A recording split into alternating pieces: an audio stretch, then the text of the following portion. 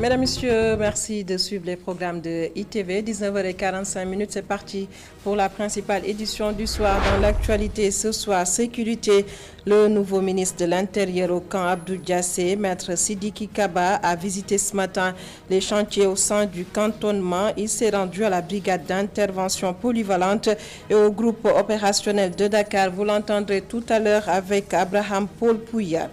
En politique, une manifestation de l'opposition prévue le 17 novembre sur l'étendue du territoire national. Des membres réunis autour du collectif leader allié du candidat Ousmane Sonko, l'ACOS, exigent la réintégration de Sonko sur les listes électorales. La lettre d'information pour la manifestation sera déposée lundi prochain. En sport, football, éliminatoire mondial 2026, le Sénégal connaît ses représentants. Le coach Aliou Cissé a publié une liste de 26 joueurs, les mêmes convoqués lors de la dernière fenêtre FIFA. Le seul absent, Youssouf Sabali, blessé. Le coach des Lions, Aliou Cissé, vous l'entendrez tout à l'heure. Et en fin d'édition, retrouvez la rubrique culture, la rubrique hebdomadaire de festival Kimpa Vita. Le Sénégal accueille la 5e édition de l'événement culturel les 17 et 18 novembre 2023. Le Ghana, pays invité d'honneur, la culture, l'affaire de Momodou Dian. Voilà pour les titres. Le développement, c'est juste après ceci.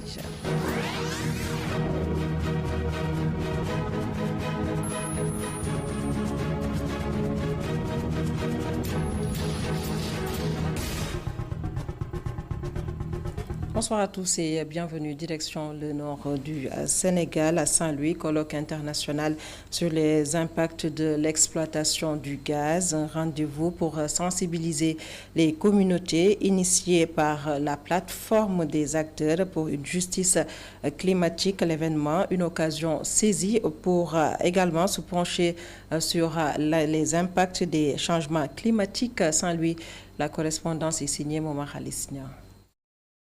L'exploitation gazière à Saint-Louis, citée aux 1000 défis, entre autres changements climatiques, migration et pêche, tel est le thème du colloque international organisé par la Rosa Luxembourg Stiftung en partenariat avec la plateforme nationale des acteurs pour une justice climatique. Mais pourquoi le choix de l'Université Gaston Berger de Saint-Louis pour la tenue de ce colloque? Puis les universitaires, nous savons que c'est le temple du savoir, comme on a dit. Actuellement, c'est une miniature, le Sénégal en miniature. Parce que quand on quitte la plateforme, c'est dans les 14 régions du Sénégal. Et dans les 14 régions du Sénégal aussi, il y a des universitaires qui sont ici à l'université, que ce soit à Tamba jusqu'à Kolda. Donc les sensibiliser, parce qu'on a vu que peut-être notre sensibilisation, c'était au niveau des communautés, mais on n'avait pas pénétré les universitaires. Donc heureusement, c'est vraiment aujourd'hui une bonne opportunité de sensibiliser, de leur faire connaître l'impact. Et s'ils s'en mettent, vraiment, nous savons que ça peut donner des résultats, des résultats vraiment très probants. Par ailleurs, cette rencontre devrait permettre une meilleure sensibilisation sur les découvertes gazières. Nous savons qu'au Sénégal, la première économie, c'est la pêche. Donc le pétrole et le gaz, on l'a trouvé où? À Saint-Louis, à Kayar, à Rufisque Offshore Profond. Donc c'est les zones les plus poissonneuses au Sénégal. Donc il faut alerter. Donc à la sortie de cet atelier, vraiment on attend que les autorités soient plus conscients des impacts ou des dangers susceptibles qui peuvent subvenir aux communautés. Au-delà du gaz, ce colloque a également permis d'échanger en profondeur sur l'impact des changements climatiques à Saint-Louis avec l'érosion côtière et ses terribles conséquences sur les populations. Momar Alisnia, une autre rencontre, le 10e congrès de la Société panafricaine en pathologie à brûlure. Le ministre de la Santé et de l'Action sociale a présidé la cérémonie d'ouverture. Plusieurs sujets ont fait l'objet d'une discussion, dont la prise en charge des brûlés en Afrique, particulièrement au Sénégal. Le compte-rendu est signé à Aïssatou Kana. Le coup d'envoi officiel du 10e congrès biennal de la Société panafricaine en pathologie brûlure a été donné, un événement marqué par une allocution du ministre de la Santé et de l'Action sociale mettant en lumière l'importance cruciale de ce congrès. Ce qui est important aujourd'hui, vous l'avez dit, ce sont donc ces grandes sommités, ces experts nationaux, mais également internationaux, qui vont se réunir pendant 3 jours d'affilée pour parler donc, sur la prévention de la brûlure, les causes de brûlure, mais en réalité de la prise en charge en cas de brûlure. Nous avons mis l'accent déjà sur la prévention. Pourquoi il y a brûlure? Quelles sont les causes de brûlure? Mais également, qu'est-ce qu'il faut faire comme premier acte en cas de brûlure? Face aux défis majeurs liés à la prise en charge des brûlures graves, les services de brûlure actuellement en cours dans les zones gazières sont prometteurs pour combler les lacunes existantes. Et nous pensons que donc, toutes les résolutions qu'on aura à partir de ce congrès, mais également toutes les recommandations, nous allons donc bien les étudier, les exploiter, parce que vous savez aujourd'hui, nous sommes aujourd'hui en train d'ouvrir, certes dans les hôpitaux qui existent déjà, il y a des petites unités de prise en charge, mais on aura avec l'ouverture de l'hôpital de Dantec, l'hôpital de Tivaouane, l'hôpital de Saint-Louis, de grands centres de brûlés, à côté vraiment du centre également qui est en train d'être construit au niveau de l'hôpital principal de Dakar.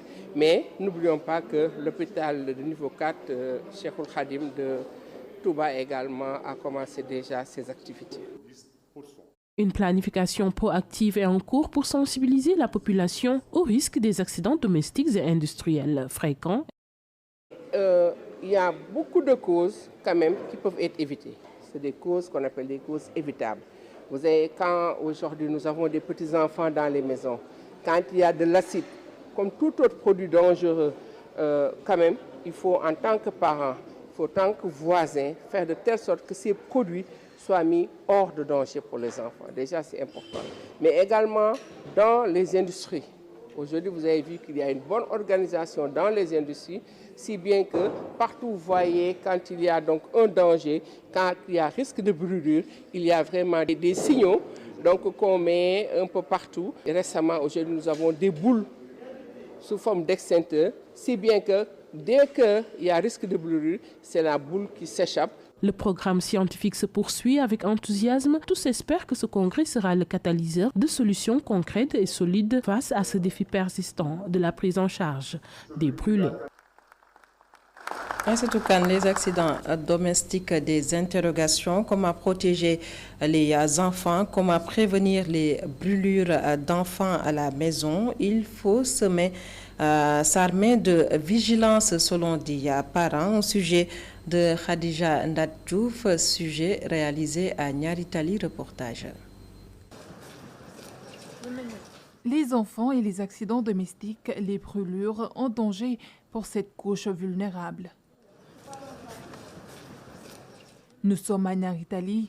Selon ces mères de famille rencontrées ici, beaucoup sont ces enfants qui en sont victimes. À Bentali, j'ai là-bas un enfant brûlé. C'est sa grand-mère qui avait mis l'eau sur le feu et en jouant, ça s'est versé sur lui. J'envoie à l'hôpital de tout petits enfants. Ils ont parfois tellement mal qu'ils ne font que pleurer. Pour réduire les risques de brûlure chez les enfants, ces dernières demandent aux parents d'être plus vigilants. Moi, je dis aux mamans de faire attention aux enfants.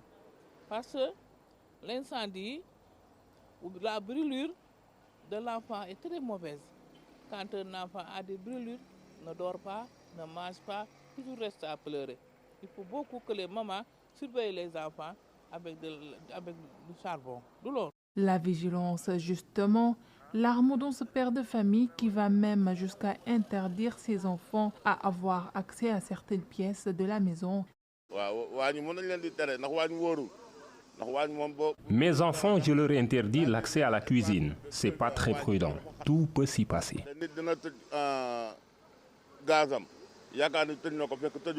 Nombreux sont les cas de brûlures notés chez les enfants. Le ministre de la Santé n'a pas manqué de se prononcer sur ce sujet. Lors de la Biennale africaine en pathologie brûlure, Marie-Khémesse Ngom Ndiaye appelle à plus de vigilance. Khadija Ndat Diouf au chapitre de la sécurité. Je vous l'annonçais en début de journal. Le camp Abdou Diassé a accueilli ce matin le nouveau ministre de l'Intérieur. Maître Sidiki Kaba a constaté de visu l'état d'avancement des chantiers en cours au sein du cantonnement. Le compte-rendu de la visite signé Abraham Paul Pouy et Moussa Falla. Au camp Abdou Diassé, le ministre de l'Intérieur a visité les installations de la police nationale, le matériel d'intervention, les chars anti-émeutes, les véhicules de transport des troupes, la brigade d'intervention polyvalente BIP, le centre médico-social, le groupe opérationnel de Dakar. Il a aussi effectué une visite de chantier, le futur logement des policiers, 2 immeubles de 8 étages d'une capacité de 2000 places. J'ai pu vérifier l'état du matériel en place. Je peux dire que cela est satisfaisant. Nous avons des chars d'intervention capables dans des situations difficiles d'intervenir de manière à rétablir l'ordre. Nous avons pu vérifier la condition de logement des policiers. C'était une des revendications la plus importante. Avec tous ces moyens, l'État veut permettre à la police de monter en puissance pour mieux assurer la sécurité publique, mais aussi avoir une police au service des populations.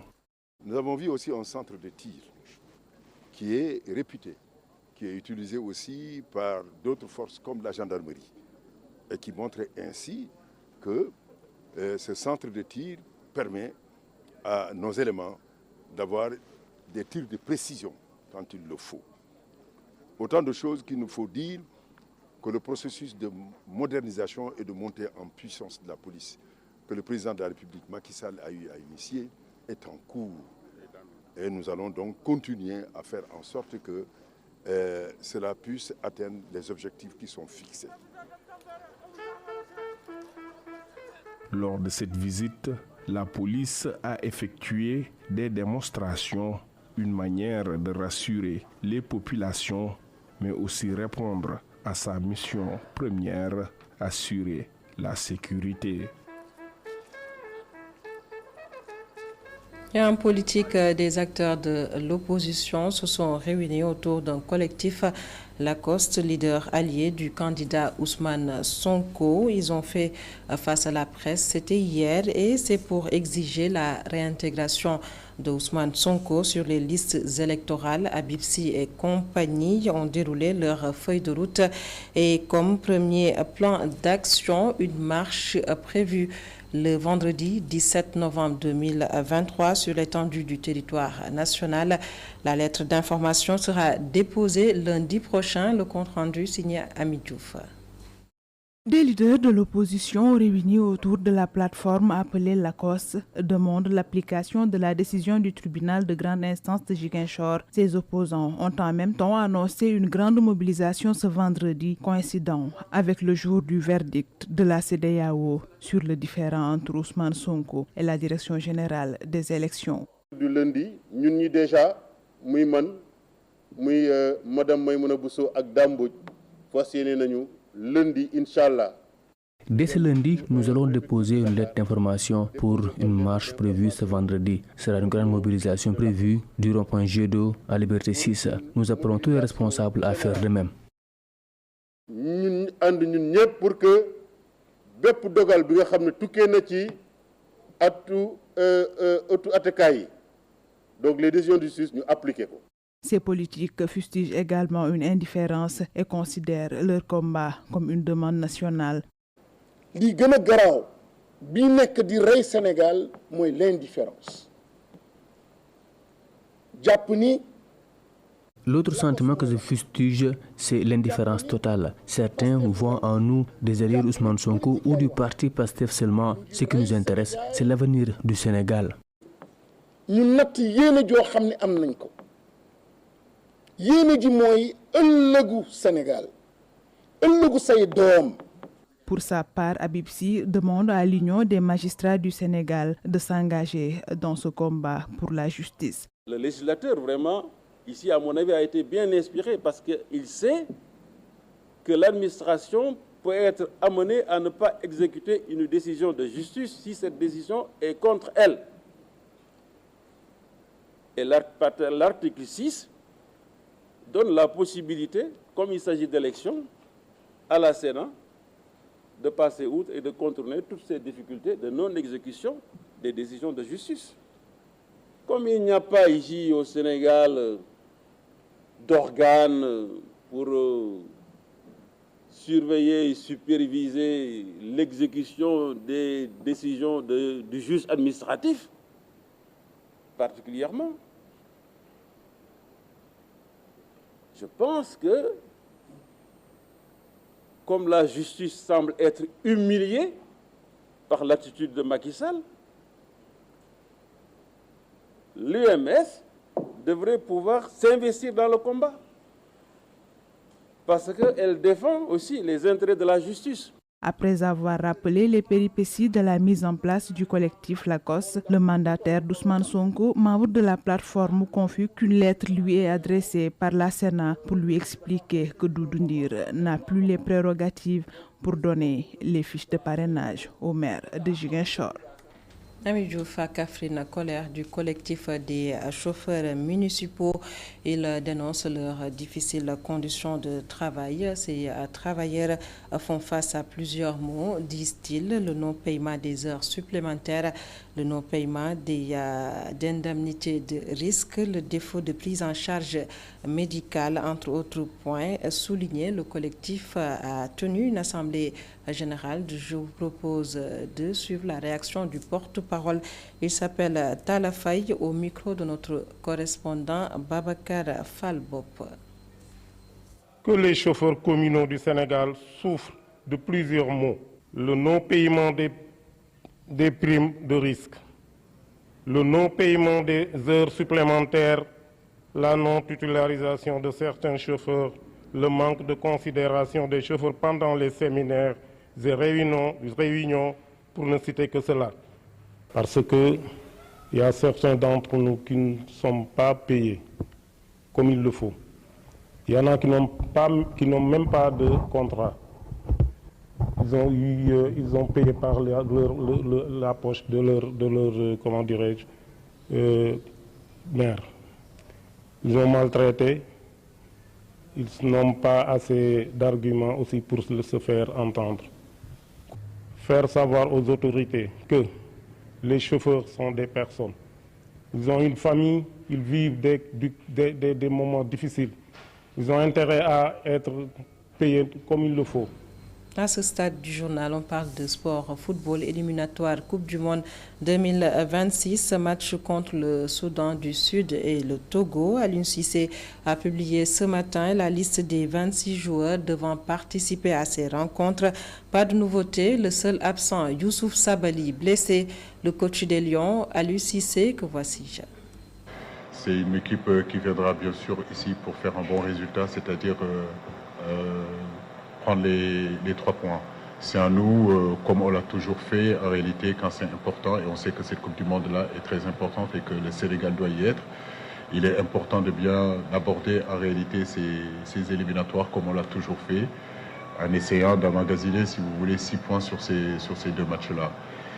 Le Soudan du Sud, c'est un invité qu'on ne connaît pas très bien, en réalité, qui vient de changer d'entraîneur aussi. Apparemment, c'est l'ancien entraîneur de Madagascar, Dupuis, qui y sera. Donc on va voir qu'est-ce qu'il va nous apporter. Mais c'est un match que nous préparons vraiment avec sérieux, d'autant plus que notre dernière rencontre ici contre l'Algérie, on a fini par une défaite. Il est important pour nous. Aliou Cissé, coach des Lions du Sénégal. L'abolition des barrières douanières dans l'intégration économique au sein de l'UEMOA, le livre du magistrat Cheikh Seye présenté au grand public à travers son œuvre. L'auteur explique le renversement des barrières douanières dans l'espace UEMOA en vue de faciliter les échanges. Un livre préfacé par Abdourahmane Dieye, ancien directeur général de la douane sénégalaise. Le magistrat Cheikh Seye au micro de Momodou Dia.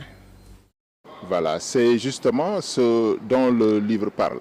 Donc, parce que nous avons vu que dans l'espace UEMOA, l'organisation sous-régionale et les États ont fait des efforts pour démanteler les barrières douanières en vue de faciliter les échanges commerciaux. Alors, on s'est rendu compte sur le plan pratique que les mesures ne sont pas très bien comprises par les populations et les opérateurs économiques tardent à s'approprier les mesures. Donc, on a essayé de vulgariser un peu pour faire en sorte que les gens puissent comprendre ce qui se passe et comment ils peuvent profiter de ces mesures-là. Bon, la plus grande critique par rapport à la dynamique d'intégration qu'il faut pousser vers l'avant, c'est que les populations ne sont pas sensibilisées. Les organisations ne communiquent pas très bien jusqu'au sein des États pour atteindre les populations cibles. Donc, c'est ça la grande critique. Donc, c'est à ce niveau qu'il faut agir. Et pour agir à ce niveau, il faut écrire. Il faut communiquer pour que les gens comprennent qu'il y a des mesures qui sont là, qui sont importantes et qui peuvent permettre de faciliter les échanges au grand bénéfice des acteurs commerciaux et des populations qui vont acquérir les marchandises à des coûts réduits.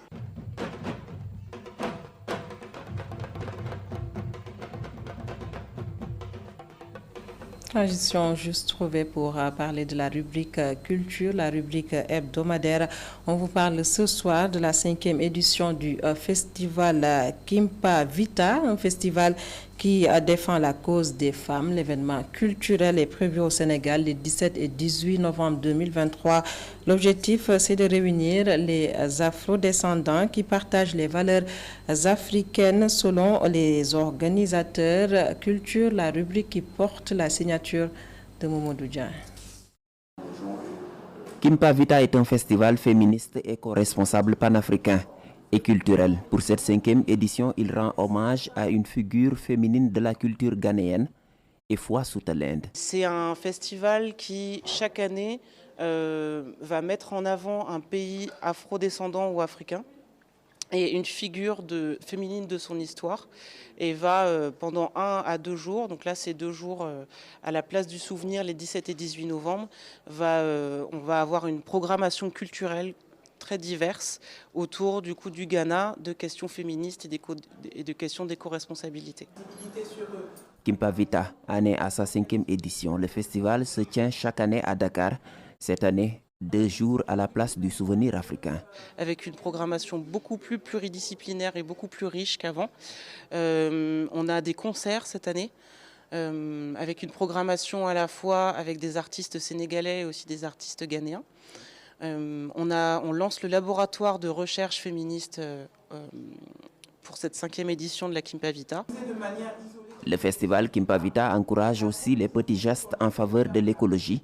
Ici, on réduit les déchets, surtout plastiques. Donc, pour vous donner un exemple, à la 4e édition, on a produit uniquement 24 kilos de déchets. Et donc c'est très très rare, donc c'est à peu près 40 grammes de déchets par personne qui vient au festival. Donc on est vraiment éco-responsable aussi dans la manière dont on pense le festival. Et d'identifier les mêmes problématiques à la fois dans les discriminations sur l'environnement et les discriminations sur les femmes. Chaque année, un pays africain ou afrodescendant est choisi comme invité d'honneur du festival. Après le Brésil, les Antilles, l'Éthiopie et le Bénin. C'est au tour du Ghana. Pour cette édition, on avait envie de mettre en avant un pays africain anglophone pour la première fois, avec une culture qu'on trouvait très très riche et une personnalité d'Efwa Sutherland qui est la figure féminine à l'honneur, qu'on avait envie de mettre à l'honneur. Donc c'est pour ça qu'on a choisi le Ghana.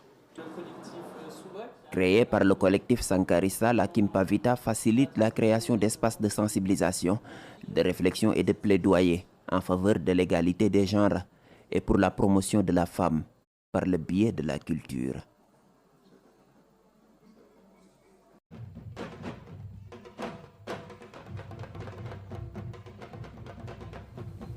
Kimpa Vita, le festival, la 5e édition qui va se tenir les 17 et 18 novembre 2023 au Sénégal. Et c'est la fin de ce journal. Mesdames, Messieurs, merci de nous avoir suivis. Passez d'excellents moments en compagnie de nos programmes sur ITV. Chers.